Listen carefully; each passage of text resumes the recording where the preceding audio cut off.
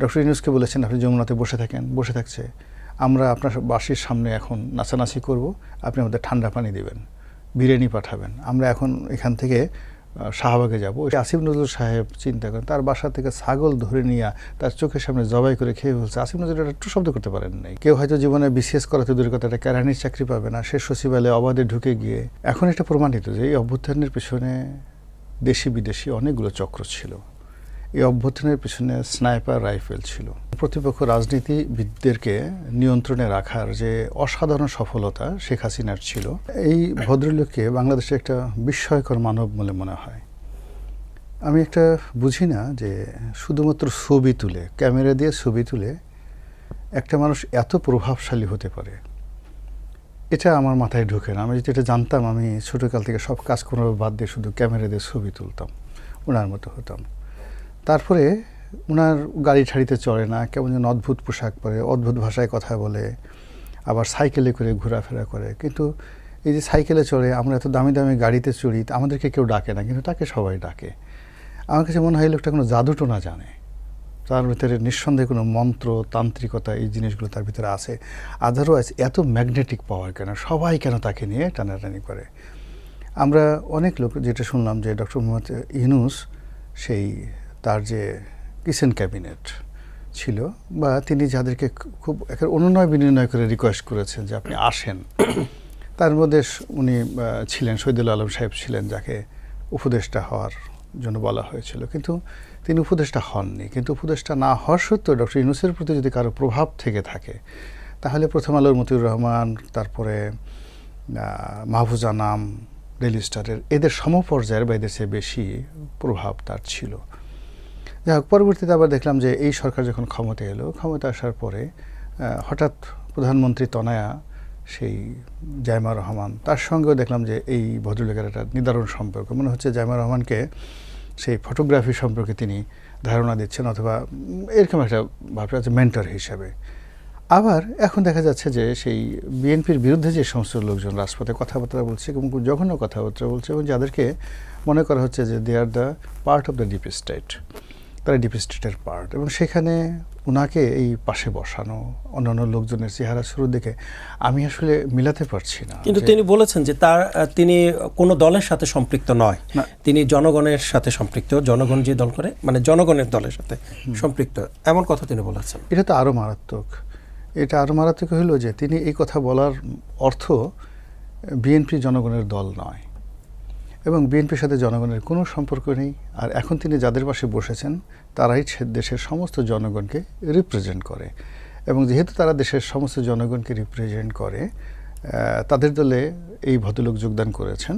তো কাজেই বিএনপির আসলে ক্ষমতা থেকে মানে পদত্যাগ করে এই যে যারা শহীদুল আলমের সঙ্গে কোঅপারেশন করছে তাদের হাতে ক্ষমতা হস্তান্তর করে তারপর শেষে বাংলাদেশ থেকে চলে যাওয়া উচিত, বা বাংলাদেশে থাকলে খুব মাথা নুয়ে থাকা উচিত। আগে আওয়ামী লীগের যে কর্তৃত্ববাদী শাসন ছিল, সেই শাসনে সিভিল ব্যুরোক্রেসি, মিলিটারি ব্যুরোক্রেসি, এমনকি জুডিশিয়ারি, তারপর জনগণের মধ্যে ভয় তৈরি করা এবং প্রতিপক্ষ রাজনীতিবিদদেরকে নিয়ন্ত্রণে রাখার যে অসাধারণ সফলতা শেখ হাসিনার ছিল, তার 1000 ভাগের 1 ভাগ সক্ষমতা বর্তমান সরকার এখন অর্জন করেনি। হয়তো পারবে, তারাও যদি 17 বছর থাকে হয়তো এর চেয়ে বেশি পারবে, কিন্তু এখন পর্যন্ত 1000 ভাগের 1 ভাগ সক্ষমতা নাই, যেটা শেখ হাসিনার ছিল। আর সেই শেখ হাসিনাকে যারা ক্ষমতাচ্যুত করেছেন তাদের তো একটা অহমিকা বোধ থাকবে, গর্ব থাকবে, আত্মতৃপ্তি থাকবে যে আমি এটা কাজ করেছি।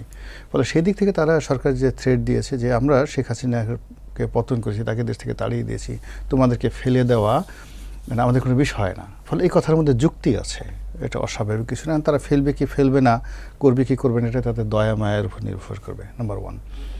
নাম্বার 2 হলো যে এখানে যে অভ্যুত্থানটি হয়েছে, এখন এটা প্রমাণিত যে এই অভ্যুত্থানের পিছনে দেশি বিদেশি অনেকগুলো চক্র ছিল।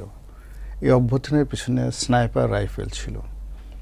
FBI থেকে শুরু করে বিভিন্ন প্রতিষ্ঠানের নাম আমরা অভিযোগে পাই যে এদের একটা বিরাট শক্তি ওই সময় ঢাকার রাজপথে ছিল।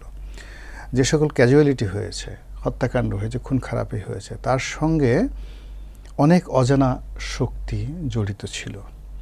এর মধ্যে যদি বিদেশি রাষ্ট্রশক্তি থাকে কিংবা কোনো অর্গানাইজড ফোর্স থাকে, কোনো ট্রেন আপ, মানে যাদেরকে আপনি গেরিলা ট্রেনিং দিয়েছেন, জঙ্গি ট্রেনিং দিয়েছেন, যুদ্ধ করার ট্রেনিং দিয়েছেন, তারা তো সেই অস্ত্র বা ট্রেনিং কোনোটাই জমা দেয়নি।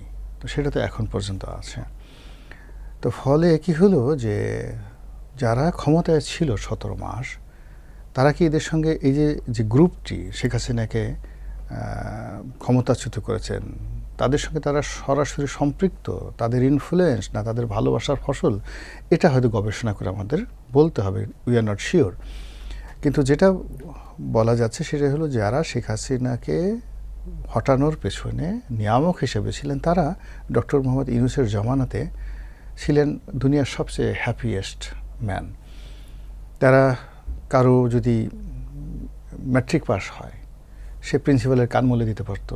প্রাইমারি হাই স্কুলের ছেলেরা কেউ হয়তো জীবনে বিসিএস করাতে দূরের কথা, একটা কেরানির চাকরি পাবে না, সে সচিবালয়ে অবাধে ঢুকে গিয়ে একেবারে সবচেয়ে বড় সচিব যে কয়জন আছে তাদের মধ্যে একজন ধরেন ক্যাবিনেট সচিব আছেন, তারপর শেষে সংস্থাপন সচিব আছেন, তাকে অপমান করতে পারতো, তার কাছ থেকে ঘুষ নিতে পারতো, তাকে বলতে পারতো ডিসি এই জায়গায় 20টা ডিসি এখান থেকে চেঞ্জ করে দাও। পুরো জিনিসটাই তাদের মতো চলতো। তারা ইচ্ছে করলে মব করতে পারতো, যে কোনো বাড়ির সামনে গিয়ে তারা স্লোগান দিতে পারতো, সেই লোকের বাড়ি ঘরে থেকে বের না হওয়ার জন্য হুমকি ধামকি দিতে পারতো। তার ইচ্ছা করলে যার গরু ছাগল সব নিয়ে যেতে পারতো। এমনকি আসিফ নজরুল সাহেব চিন্তা করেন, তার বাসা থেকে ছাগল ধরে নিয়ে তার চোখের সামনে জবাই করে খেয়ে ফেলছে। আসিফ নজরুল এটা একটু শব্দ করতে পারেন নাই, এটা আপনি জানেন না সেই ঘটনা। আসিফ নজরুলের সেই ছাগল, এবং সে যখন মন্ত্রীর বাড়িতে ছিলেন। তো এইরকম তাদের ক্ষমতা ছিল, এরকম ক্ষমতা ছিল যে মন্ত্রীর বাড়িতে আইনমন্ত্রীর ছাগল নিয়ে জবাই করে পাশের সামনে তারা জিয়াফত খাচ্ছে। তো মন্ত্রী কিছু বলার ছিল না। ফলে ওই কথা যখন তারা স্মরণ করে, তখন তারা আবার সেটা ফিরে পেতে চায়, আবার সেখানে যেতে চায়, আবার তারা মনে করে যে না, আমাদের সেই দিন কবে আসবে। এই জন্য হয় কি, ওই যে বিপ্লব বলেন, গণ অভ্যুত্থান বলেন, এটাকে তারা মনে করছে আনফিনিশড রেভলিউশন। তো যতক্ষণ পর্যন্ত তাদের এই শক্তিমত্তাটা থাকবে, ইউনিটিটা থাকবে, তারা এই কথাগুলো বলতে থাকবে। দ্বিতীয়ত হলো, সরকার যদি এদের সমকক্ষ না হয়, এদের প্রতিপক্ষ না হয়, কিংবা এদেরকে যদি নিয়ন্ত্রণ করতে না পারে, তাহলে সরকারকে আসলে এদের তুচ্ছ-তাচ্ছিল্য ভোগ করতেই হবে। এবং এরা যেভাবে চাইবে ওইভাবেই সরকারকে চলতে হবে, যেভাবে ডক্টর ইউনূস চলেছেন। ডক্টর ইউনূসকে বলেছেন আপনি যমুনাতে বসে থাকছে, আমরা আপনার বাসির সামনে এখন নাচানাচি করব, আপনি আমাদের ঠান্ডা পানি দেবেন, বিরিয়ানি পাঠাবেন, আমরা এখন এখান থেকে শাহবাগে যাব, ওই শাহবাগের সমস্ত আয়োজন প্রতিষ্ঠা করবে। তো এই কাজগুলো তো তারা করেছে। এখন সেম জিনিসটা তো তারা চিন্তা করবেন যে এখন যে প্রধানমন্ত্রী, তিনি তো এখনও ডক্টর মোহাম্মদ ইউনূসের মতো বিশ্ব এভাবে বিখ্যাত হয়ে ওঠেন নাই। তো ডক্টর ইউনূস যদি আমাদেরকে এত প্রিভিলেজ দেয়, আর এখন নতুন সরকার ক্ষমতা আসার সঙ্গে সঙ্গেই আমাদেরকে অস্বীকার করছে, জুলাই সনদ তারা পাশ করতে চাচ্ছে না, কথায় কথায় সংবিধানের কথা বলছে। এটা বলেন তো, আপনি যদি তাদের জায়গায় হতেন, আপনার ইজ্জতে লাগতো না?